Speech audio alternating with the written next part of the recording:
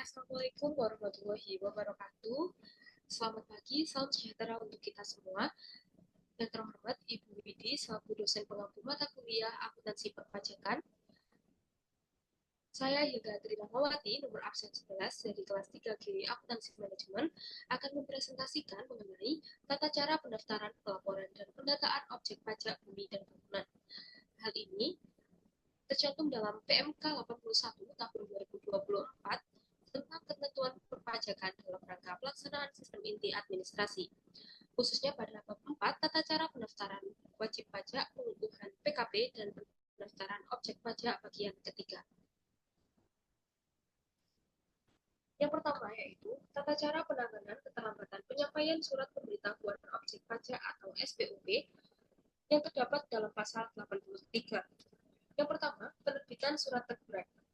Jika SPOP tidak disampaikan dalam waktu 30 hari sesuai pasal 81 ayat 1 dan tidak ada pemberitahuan penundaan pasal 82 ayat 1, Kepala KPP akan menerbitkan surat teguran melalui akun wajib pajak.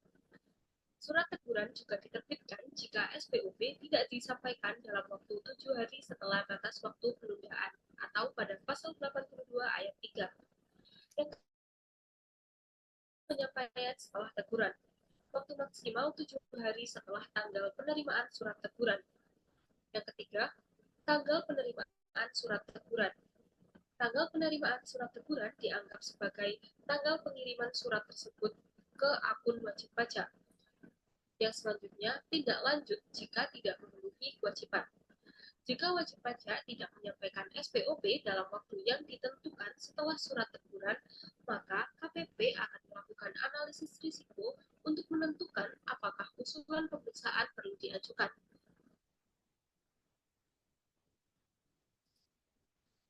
Yang selanjutnya, jenis dokumen pendukung yang harus disertakan dalam SPOP untuk berbagai sektor pajak bumi dan bangunan atau PBB. Sektor yang pertama yaitu perkebunan, yakni izin usaha, hak guna usaha, laporan usaha, dan peta tanah. Sektor yang kedua yaitu sektor perhutanan, di antaranya izin kehutanan, rencana kerja tahunan, dan peta kerja. Sektor yang selanjutnya yaitu sektor pertambangan, minyak dan gas bumi. Di antaranya yakni kontrak kerjasama, peta wilayah kerja, laporan keuangan, dan dokumen jual beli gas. Sektor yang selanjutnya yaitu sektor pertambangan atau panas bumi. Di antaranya yakni izin atau kontrak, peta wilayah kerja, dan rencana kerja serta anggaran biaya. Sektor yang selanjutnya yaitu sektor pertambangan, khususnya pada mineral atau batu bara. Meliputi izin atau kontrak, rencana kerja, dan anggaran biaya. Kemudian sektor lainnya meliputi izin sektor terkait seperti kelautan, perikanan, atau perhubungan, dan dokumen pendukung lainnya. Selanjutnya, pengecualian dalam penyampaian dokumen. Dokumen yang telah dilampirkan pada pendaftaran awal atau pelaporan sebelumnya tidak perlu dilampirkan ulang, kecuali ada perubahan. Jika dokumen belum tersedia, wajib pajak dapat menyampaikan SPOP dengan melampirkan pernyataan tertulis, termasuk jenis dokumen, alasan keterlambatan, dan komitmen untuk menyerahkan dokumen dalam waktu 30 hari. Adapun untuk pengaturan batas waktu, wajib pajak harus melengkapi dokumen dalam waktu 30 hari sejak batas waktu penyampaian SPOP, permohonan penundaan, atau penerbitan surat teguran. Adapun untuk konsekuensi dan tindak lanjutnya yaitu pentingnya mematangkan waktu pelampiran dokumen untuk menghindari risiko. Selanjutnya yaitu fleksibilitas untuk wajib pajak. Kemudahan melalui pernyataan tertulis memberikan fleksibilitas kepada wajib pajak untuk tetap memenuhi kewajiban administrasi meskipun dokumen tertentu belum tersedia. Selanjutnya yaitu proses penelitian formal oleh Direktorat Jenderal Pajak atau DJP atas surat pemberitahuan objek pajak atau SPOP. Ruang lingkup dari penelitian formal DJP ini, yang pertama pertama yaitu kelengkapan isian, kedua keabsahan tanda tangan, ketiga kelengkapan dokumen pendukung, dan keempat ketepatan waktu penyampaian. Adapun bukti penerimaan elektronik yaitu jika semua syarat terpenuhi, DJP akan menerbitkan bukti penerimaan elektronik sebagai tanda bahwa SPOP telah diterima dan diakui secara sah. Adapun untuk konsekuensi ketidaklengkapan SPOP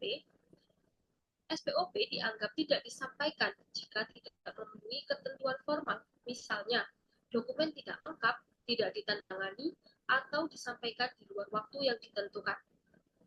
Lalu implikasi administratif bagi wajib pajak yang SPOP-nya dianggap tidak disampaikan berpotensi menghadapi konsekuensi seperti teguran atau pemeriksaan lebih lanjut.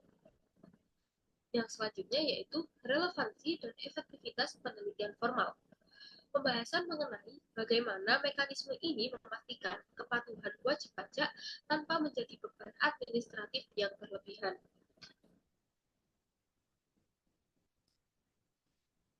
Selanjutnya yaitu penelitian material oleh Direktorat Jenderal Pajak atau DJP terhadap surat pemberitahuan objek pajak atau SPOP.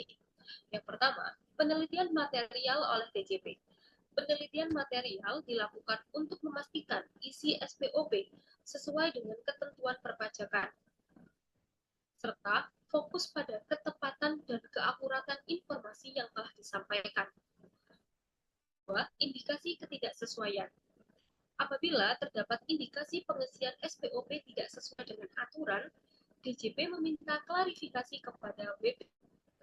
Klarifikasi dilakukan melalui surat resmi dari Kantor Pelayanan Pajak atau KPP. Yang ketiga, kewajiban wajib pajak dalam klarifikasi. Hal yang harus dilakukan wajib pajak yaitu menanggapi surat permintaan klarifikasi dengan membuat surat tanggapan atas permintaan klarifikasi dan melakukan pembetulan SPOP jika diperlukan. Yang keempat, peninjauan objek pajak. Jika diperlukan, klarifikasi dapat dilanjutkan dengan peninjauan langsung terhadap objek pajak. Yang kelima, laporan hasil klarifikasi.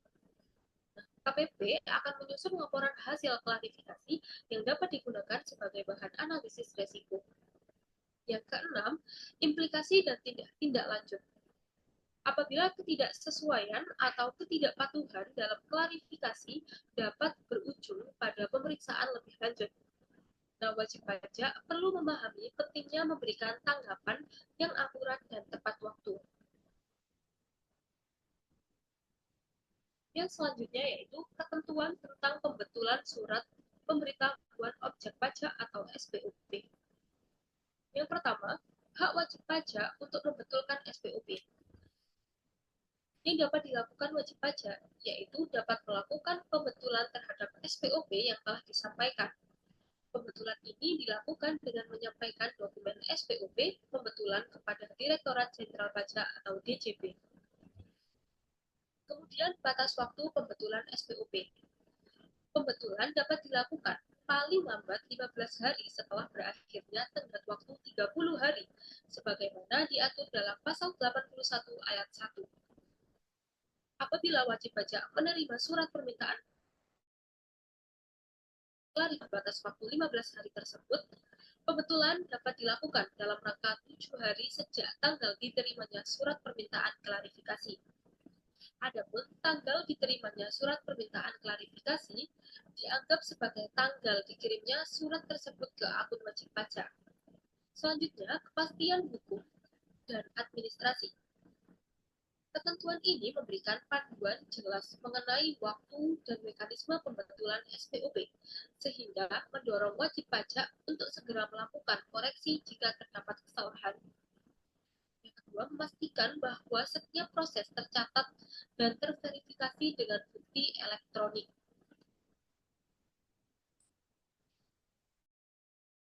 Dokumen pendukung yang harus disertakan dalam SPOP untuk berbagai sektor pajak bumi dan bangunan atau PBB. Pembetulan SPOP.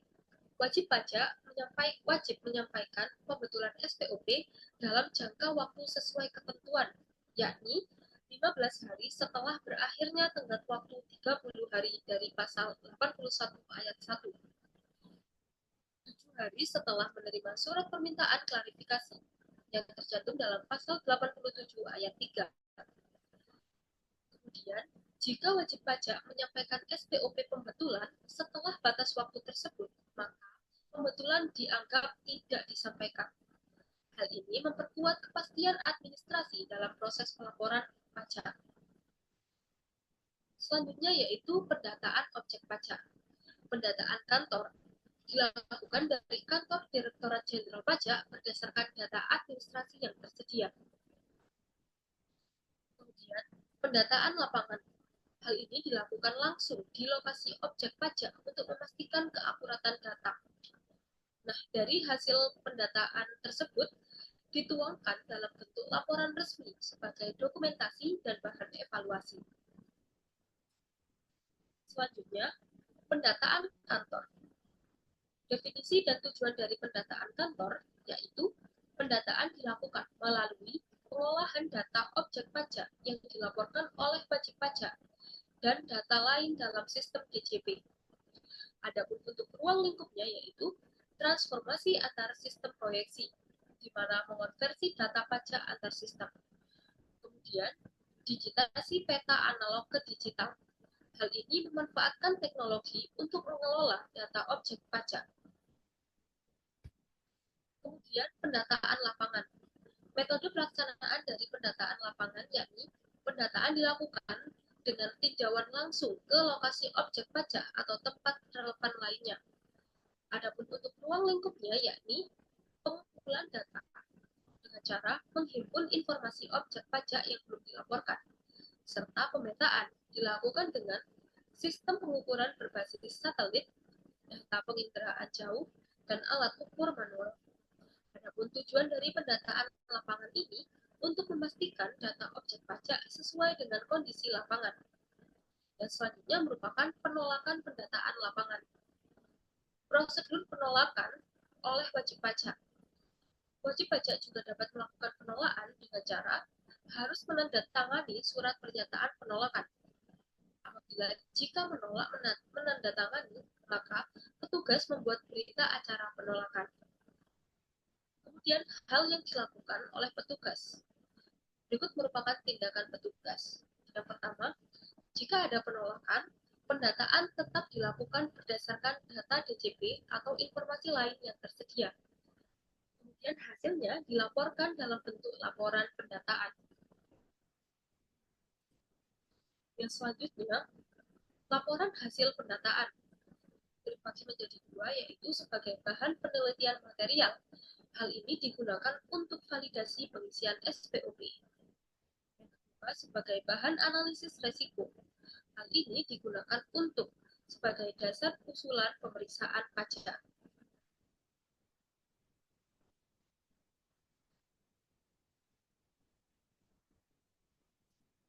Baik, cukup sekian presentasi yang dapat saya sampaikan. Kurang lebihnya mohon dimaafkan. Wassalamualaikum warahmatullahi wabarakatuh.